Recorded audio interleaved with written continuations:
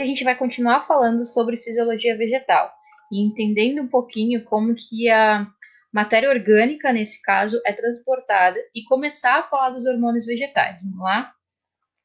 Muito bem. Então, fisiologia vegetal. Hoje a gente vai falar sobre a nutrição orgânica dos vegetais, tá? Eles vão produzir a sua matéria orgânica, então, por meio da fotossíntese. Matéria orgânica aqui, nesse caso, é açúcar, que é esse C6H12O6, né? E as trocas gasosas, elas vão ser realizadas através de uma estrutura chamada de estômato, que vai ficar na folha. Esse estômato é formado por duas células guardas que fazem a fotossíntese de fato, por células que a gente chama de subsidiárias, que ficam ao redor das células guardas para fornecer nutrientes, e o ostilo, que é a abertura que o estômago tem, que permite a entrada dos gases ou a saída deles, tá? Aqui tem a estrutura dele e como ele se comporta quando ele está aberto e quando ele está fechado. Quando ele está aberto, a gente tem a entrada do potássio e a água entra nas células. Quando a água, perdão, entram nas células guarda, elas enchem como se fosse uma bexiga e aumentam a abertura do ostilo. Isso faz com que os gases consigam passar. Isso para manter o estômago aberto.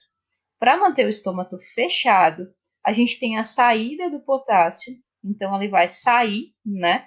O que faz com que a água também saia dessas células guarda, meio que vá atrás do potássio e força o fechamento do ostilo, impedindo que ocorram as trocas gasosas e, consequentemente, a fotossíntese por si só.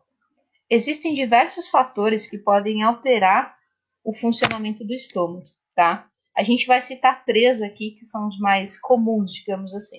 A gente tem a luminosidade, então eu tenho uma quantidade determinada de luz que vai estimular a abertura dos estômagos. Por isso que a maioria das plantas abrem os estômagos durante o dia e fecham durante a noite. Então, durante o dia eu tenho a entrada de luz, a realização da fotossíntese, a abertura dos estômagos e as trocas gasosas, tá? Um outro fator que vai interferir, então, na abertura ou no fechamento do estômago é a concentração de gás carbônico. Um outro fator, então, que é a concentração do gás carbônico, no caso, em baixas concentrações, ele vai permitir que o estômago abra. E no caso de altas concentrações, ele vai permitir que o estômago se feche. É uma adaptação à taxa de fotossíntese que as plantas têm. E um terceiro fator é a disponibilidade de água. Quando eu tenho pouca água no solo, os estômatos vão se fechar. E quando eu tenho muita água nesse solo, os estômatos têm uma tendência a abrir. Isso faz com que a planta consiga economizar água. Então, é uma adaptação específica para a economia de água. Bem, mas como que a matéria orgânica se movimenta, então, na planta? A gente tem uma teoria que é a mais aceita, que é chamada de fluxo de massa. E ela entende o seguinte: no caso das folhas, que é onde ocorre a produção então da matéria orgânica, o floema possui maior concentração de matéria orgânica. E no caso das raízes, ele possui menor concentração.